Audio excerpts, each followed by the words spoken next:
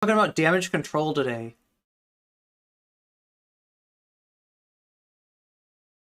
And for anybody who doesn't know, Kane Pixels just got himself a movie deal. Mark, this is Team A. Do you read us? Hey team, this is Mark. I read you. What do you say? We need immediate arms support in room 14C. My team now being held at gunpoint by a hostile. I repeat, please send immediate arms support to room 14C if you're currently...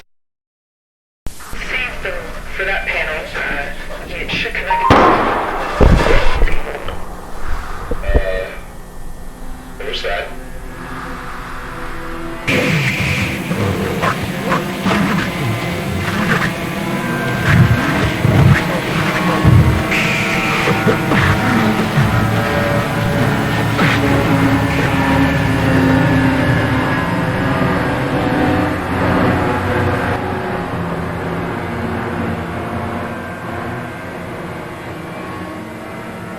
So that's where we last left off.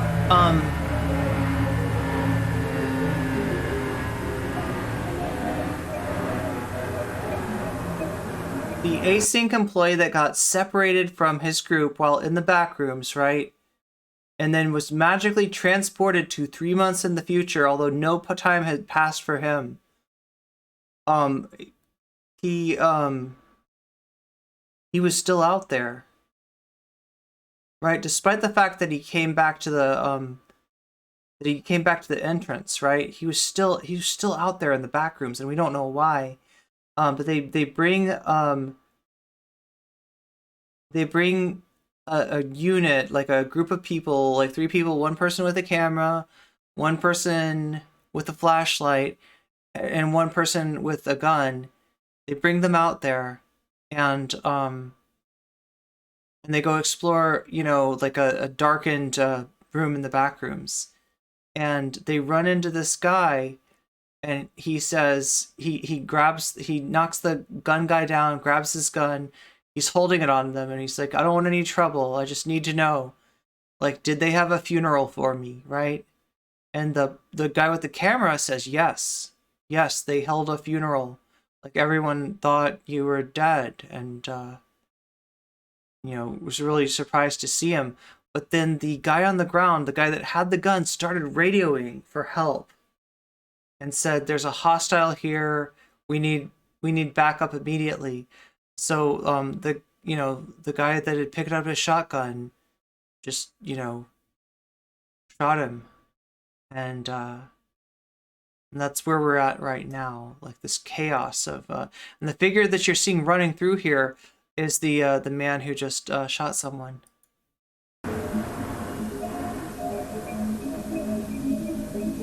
Did we go? Oh, the Tim Pool podcast.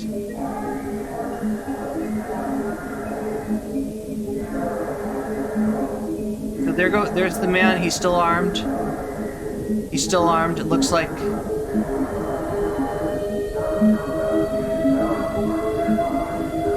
Oh yeah, Omni, right? Yeah. Oh no, Cirrus did a video to oh no. I haven't watched Cirrus in like ever. Okay, so look, he's leaving, he's running, still got the gun.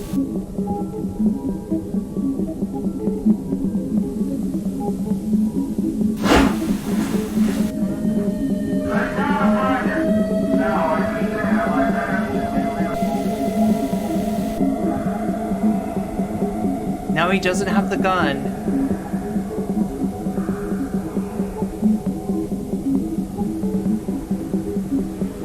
It looks like, is that the outside? Or is that like like an elevator?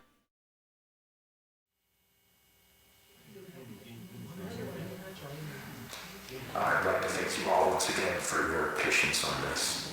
It has been a stressful 15 hours for all of us here, and while he cannot currently be with us, Dr. Beck sends his apologies regarding the numerous inconveniences caused by our decision to keep you here overnight.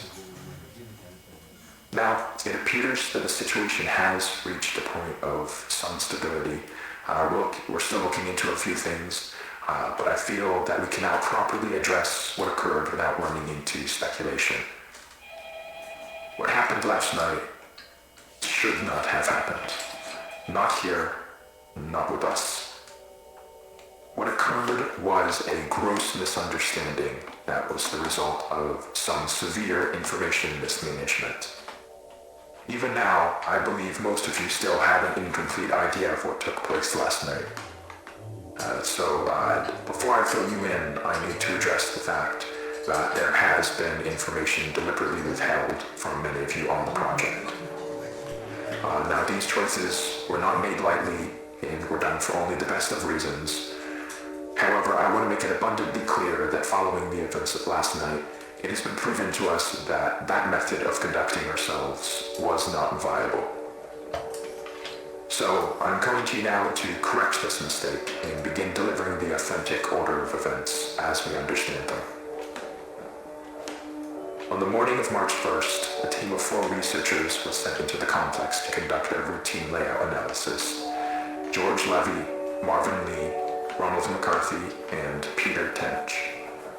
At around 12:25 Right, p.m., Yokio, the right? group realized that they had lost track of Tench while traversing a previously accessed branch of hallways. As you'll recall, this prompted an immediate withdrawal of response back to standard, followed by several days Okay, of so significant Bosch knows who Cirrus is. I don't know if Keffels knows who Cirrus is. I doubt Hassan does. search efforts. However, those ultimately yielded nothing, and as far as any of us were concerned, Tench had simply vanished, leaving no physical trace.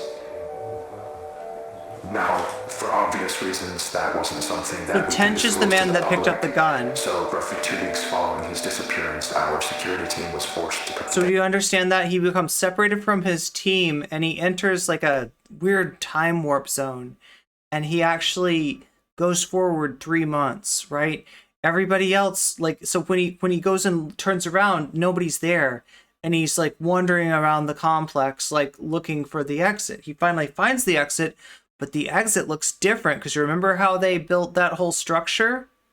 Remember how they built that whole structure around the exit so they'd have a little bit of like secure space where like no monsters are going to come in and like, I don't know if have they run into the monsters yet? Like people have run into the monsters that get stuck in the back rooms. I don't know if the Async employees have run into, oh wait, no, they did. That's right. What's his name? Marvin ran into one of the monsters. So they know about the monsters, right? And maybe it's after that they like secure the extra little room in there, right? And so he comes back and it's like the exit's not like, it doesn't look like it should look, right? And he's confused. And he goes into the like kind of like a research room that they've built, in order to keep that area secure. And it sets off alarms, right? Some alarms go off saying something is here that's not supposed to be here. And it's not Marvin, but Trench, yeah. So yeah, there we go. Furthermore, That's where we're at. acceptable cause of death that would keep attention away from this institute and provide closure to the family. So that is all close to common knowledge, I presume. Not all of you were with us at the time of the incident. However, you're certainly aware of the effects it has had on our internal procedures over the past few months. Regardless, that was where Tench's involvement in this came to an end. Or, at least, that's what we assumed. Because on May 8th, at approximately 5:30 p.m., a motion alert was sent out from the complex, which was closed off at the time. One of our senior engineers was sent down to assess the situation and discovered a male dressed in hazard gear who we were able to identify as Peter Tench. Immediately following this discovery, Tench was moved to a secure room on this floor where, over the following days, a select group of doctors were able to administer a panel of tests in order to determine what had happened to Peter in the 2 months he had been gone. Those tests yielded very little useful information. By all measures, Peter appeared to be in excellent health.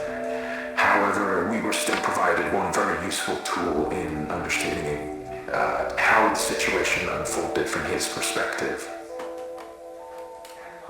Some of you may recall that on the day of his disappearance, Tench was his team's designated camera operator. Well, when we recovered him, he still had that camera in his possession. and in fact had documented the entire ordeal. The footage will be presented in its entirety later today. However, for the purpose of this discussion, I will only be highlighting key events.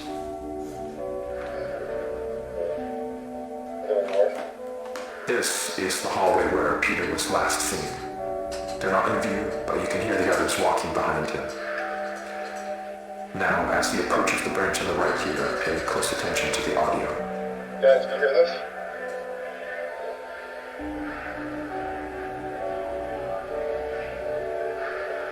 Do you hear what's picking up on the audio? It sounds like a party or a restaurant or something. Guys, can you hear this? Hey! Now, I'd like to save the discussion for afterwards, but what you just saw is what we believe to be the moment that Peter was instantaneously transported 2 months forward in time. Following that abrupt flash you just saw, Tench proceeds back out into the hallway in search of his team, but is without any indication of their presence. The next 30 or so minutes of the tape follow fairly panicked Tench as he attempts to navigate his way back to the threshold. He does obviously find his way back. However, the threshold appears not as he knows it, but as it appeared on the date of May 8th. And this ties us back to the moment when we recovered him. So, to summarize, from his point of view, he had only been inside the complex for several hours. So to him, all of the new developments surrounding the threshold were completely foreign. Luckily, though, as I already mentioned, there were people available to manage the situation as it unfolded. And over the course of the following days, we were able to properly sit down with Peter and work with him to gain a collective understanding of what had happened. However, there was still the very significant fact that Mr. Tench was considered legally deceased as a result of the cover story, and reversing that would be no easy feat. He understood this and was willing to cooperate while we looked for a way to reintegrate him without raising suspicion. Unfortunately, though, that process ended up taking quite a bit longer than we had anticipated, and all the while Peter was sucked out here waiting idly by. We did our best to keep him engaged, but it is hard to combat the effects of cruel sensory deprivation on the human brain, and as a result, Peter's mental state took a toll. Not to a degree that was outright concerning at first, but around the end of week 2, we noticed that he was starting to exhibit a number of behaviors common in patients diagnosed with paranoid schizophrenia, though we don't have reason to believe that Mr. Tench was afflicted with that condition. Whatever the case, while he didn't express it outright, from what we could gather, he appeared to have deluded himself into believing that he was still inside some sort of illusion created by the complex, and that we were secretly looking to do him harm. This all came to a head on the night of the 22nd. I mean, they kept him in the building adjacent to the back room, so basically, like they built like there's this big, the Async building is like built into a mountain. And then there's this place within the building where they open that portal, right? And that's the portal that leads, to the back room. So it's almost as if there's like a doorway that in reality goes nowhere. Like, right, the other side of the door is just like, the mountain or whatever, or wall, right? But when they open it, they can walk through that door into this liminal space that's essentially a pocket dimension, and that's what the Backrooms is. So he got out. They kept him. He came back to the entry room, right, the first room in the Backrooms where they built this whole, and he didn't recognize anything because it's all new to him. And then they bring him into the Async building, and they were holding him there. So it's an industrial workplace, I guess. I don't know, or a scientific, sort of workplace, but he's just being held there because they told everybody that he was dead. He's been gone for 3 months. They have no reason to think he's still alive. So he's just but yeah, he's in the complex, but not in the Backrooms, if that makes sense. Like don't say that wrong. He's not in the complex. The complex is the Backrooms. He's in the building, not in the Backrooms. Hogwarts Legacy. Yeah, that's the most, like, wow. Anything strike you funny about that name? Why not tell people he's really alive? Because they had already held a funeral. They thought that, like, he was dead. Like, this is a mysterious new dimension that they've just opened, right? And, like, he disappears. He's gone for 3 months. So after a certain amount of time, they just have to assume that he's dead. And they hold a, you know, they make up a cover story of, like, how he might have died. Because, like, nobody can, this is, you know, top secret work. They can't, like, tell anyone, right? So they have to tell his family that, you know, it was, like, some accident or something that, like, he died in. But yeah, in reality, they just haven't, like, you know, he disappeared and they don't know where he is. And, you know, it's this horrible, kind of inhospitable, dangerous, chaotic environment. And they assume that he's dead. But yeah, when he comes back, they start thinking, okay, what are we going to tell everybody? How are we going to do this? Like, right? How are we going to reintegrate him, right? Because he's so disoriented, right? In his mind, he was only in the back rooms for like 3 hours, right? He's with his group. He goes down the hallway. Something happens and they're gone. And he wanders all the way around there for like 3 hours, finally finds his way back to the exit. And the exit doesn't look like it's supposed to. And people are surprised to see him. Right. And so, like, yeah, like, this wears on him, like being held in this research facility essentially wears on him. And he starts to really think that, like, that he's still in the back rooms, that, like, that this is like that this is some kind of like that this is not reality. Right.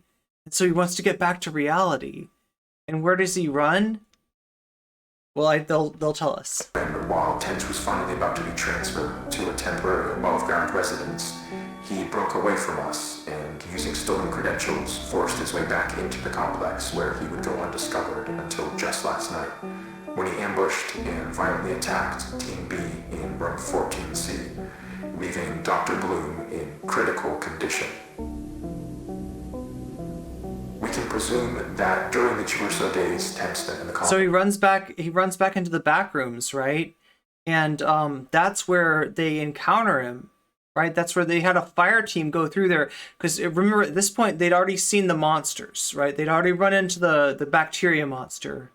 And they knew that thing was potentially deadly. Like, I mean, yeah, it definitely looks like it could hurt you. So they bring a fire team in there with a shotgun, a flashlight, and a video camera. But instead of running into a monster, they run into Peter. And Peter knocks the gunman down, takes his gun, and basically is, like, holding them at gunpoint, asking what happened. Did they hold a funeral for me? Like, what's you know, like, right, he wants to know what's going on. And they start to tell him, but the guy picks up the walkie-talkie. He's like, yo, we got a hostile right here. Send help immediately. And of course, Peter panics and shoots the guy. He's not fatally wounded, though. It sounds like he's in critical condition, though. So good for him. He let go of the idea that he could somehow escape through an alternate threshold, but still held on to the belief that all of us here were working to trap him in some way, despite our actions saying exactly the opposite. Immediately after firing a single shot from the Remington 870 to Dr. Bloom's side, Tench fled the scene and headed to the Threshold outpost, where he would turn the weapon on several more of you while progressing to Standard and through the lower offices. Given the abrupt and chaotic nature of the unfolding situation, it took our security team several moments longer than it ideally should have to figure out what was happening. But thankfully, while there's this guy running through through the building with a gun, and they're like, passing through one of the empty labs next to storage, Dr. Maxwell was able to act quickly and managed to disarm him, accidentally discharging the weapon into the ceiling in the process, though. However, Tench still managed to avoid apprehension, fleeing into the maintenance wing and evading our security staff by taking the freight elevator to the surface. Now, this situation could have played out very badly, given the potential number of witnesses around the building at the time. But luckily for everyone involved, as far as we can tell, Tench was not noticed as he exited the property. Around 5 minutes later, our security team made it to the ground floor and began a thorough sweep in the direction of the hillside where cameras had last observed Tench. Now, there's no easy way to say this other than to just say it. I am terribly sorry to inform you all, but Mr. Tench was found deceased halfway down the hillside.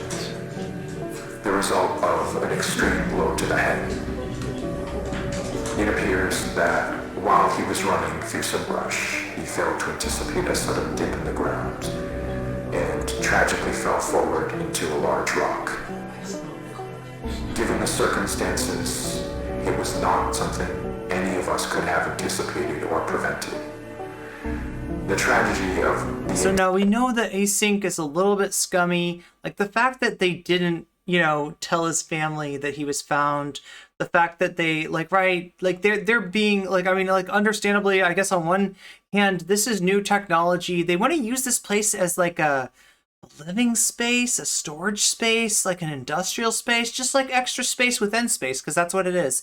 It's a pocket dimension. So it's basically extra space within space. They talk about like storing waste there, you know, nuclear waste, you know, nasty, toxic waste, you know, whatever kind of waste that needs to be, you know, stored away. They can store it there. They can, you know, build, they can run, you know, sort of industries down there. They can, you know, and they even talk about like housing, like, you know, adding some housing down there. Right. But they don't want anybody to know about it because it's new technology and they're just trying to, you know, figure out how this pocket dimension works and stuff. And they don't, I guess, want anybody getting a competitive advantage. So like the capitalist sort of incentive causes them not to communicate with the rest of the team and let them know what's going on with Tench, and also not to let his family know that your, you know, family member is actually alive. And, you know, we just, he traveled forward 3 months in time is the truth of the matter. So yeah, and this really does throw like a curveball into their plans to use the space as a storage facility, given that time doesn't behave normally here. This is not a normal, this is a place that doesn't behave by the rules of physics and time as we know them. So little bit of a curveball there. The entire situation undoubtedly remains, but Dr. Tench, regardless of how troubled he was in his final days, was a brilliant man who gave his all to this project. He would certainly not want us hindering it in his name. What we're doing here is so much... Okay, that sounds scummy. That sounds scummy. He would not want us hindering it in his name. Here's why I said it sounds scummy. They said that he fell down and hit his head on a boulder, and he died from that. X'd out, right? Bigger than any one person. It is the work of a unified effort, and we need to ensure that is never lost sight of. That we hold on to the pre-established notion that Peter is and has been deceased. That is done, and there is nothing more to be extracted.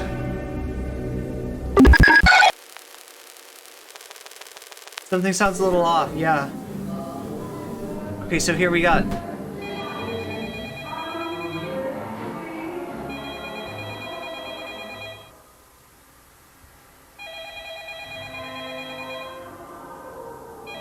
There's a PSA to tie your shoes, yeah.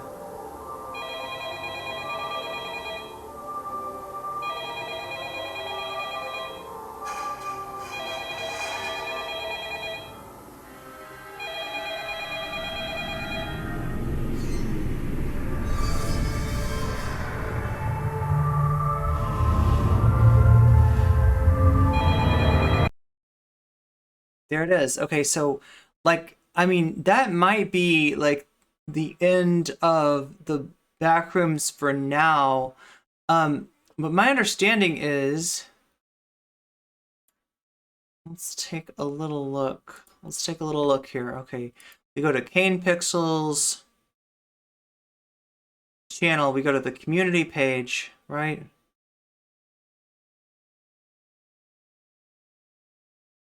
And look at this. The Backrooms, horror film based on viral shorts. Viral shorts? I mean, they should. When they say shorts, it makes me think they're talking about YouTube shorts. They're not YouTube shorts. They're short videos. They're 10 to 25, 30 minutes at most, right? That's what they mean by shorts. It's not like a full length movie. Okay, viral shorts by 17-year-old Kane Parsons, aka Kane Pixels, in the works at A24, Atomic Monster, Churnin, and 21 Laps. So that is.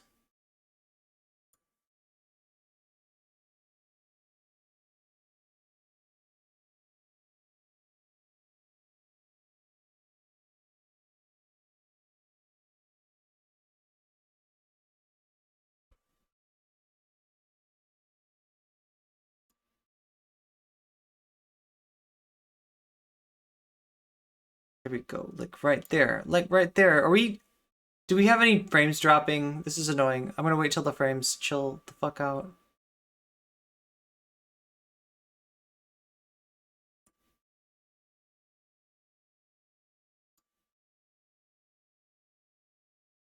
Okay, are we good?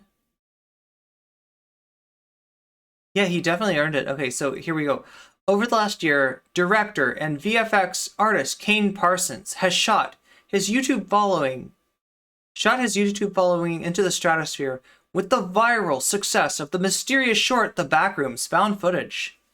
It's the first in a series of found footage horror videos, which have thus far garnered nearly 100 million views and will now be adapted for the big screen by A24 Atomic Monster, Churnin Entertainment, and 21 Laps. Parsons, who's just 17-year-old, will direct from a script by Robert Patino. He'll just have to wait till his summer vacation. Okay, so that's how they're doing it, right? They're gonna film it this summer, it sounds like. Details to the plot of the sci-fi horror feature are under wraps, but in the 90s set original short, so it's set in the 90s, original short, which you can view below, young filmmaker falls into another dimension, leaves him wandering through an unsettlingly yellow, empty, labyrinthine office space, which may or may not be home to otherworldly beings. The film's title and setting draw inspiration from the imagery from a creepypasta or internet urban legend. That's what a creepypasta is. I guess they're saying for boomers, right? That's what creepypasta is, if you don't know. I mean, I guess, right? Published to the website 4chan in 2019.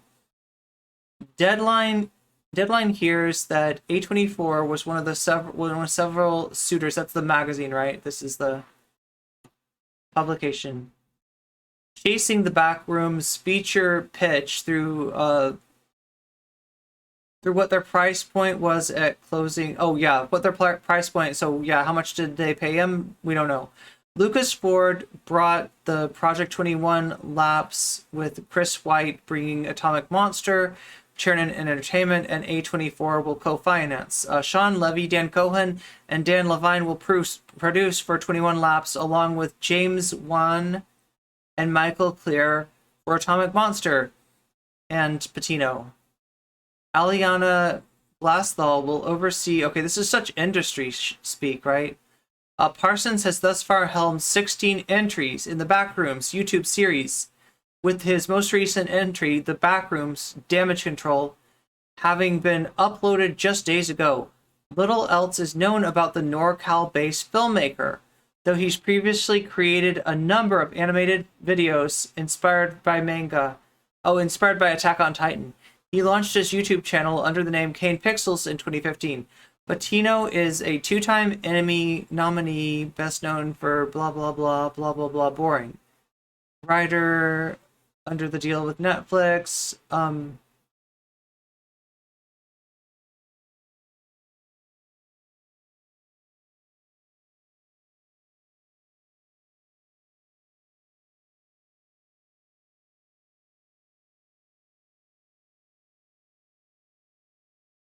Okay, industry speak, industry speak, industry speak. The TLDR is that they're gonna make the Backrooms into a movie. So yay. Yay, yay, and yay. Okay.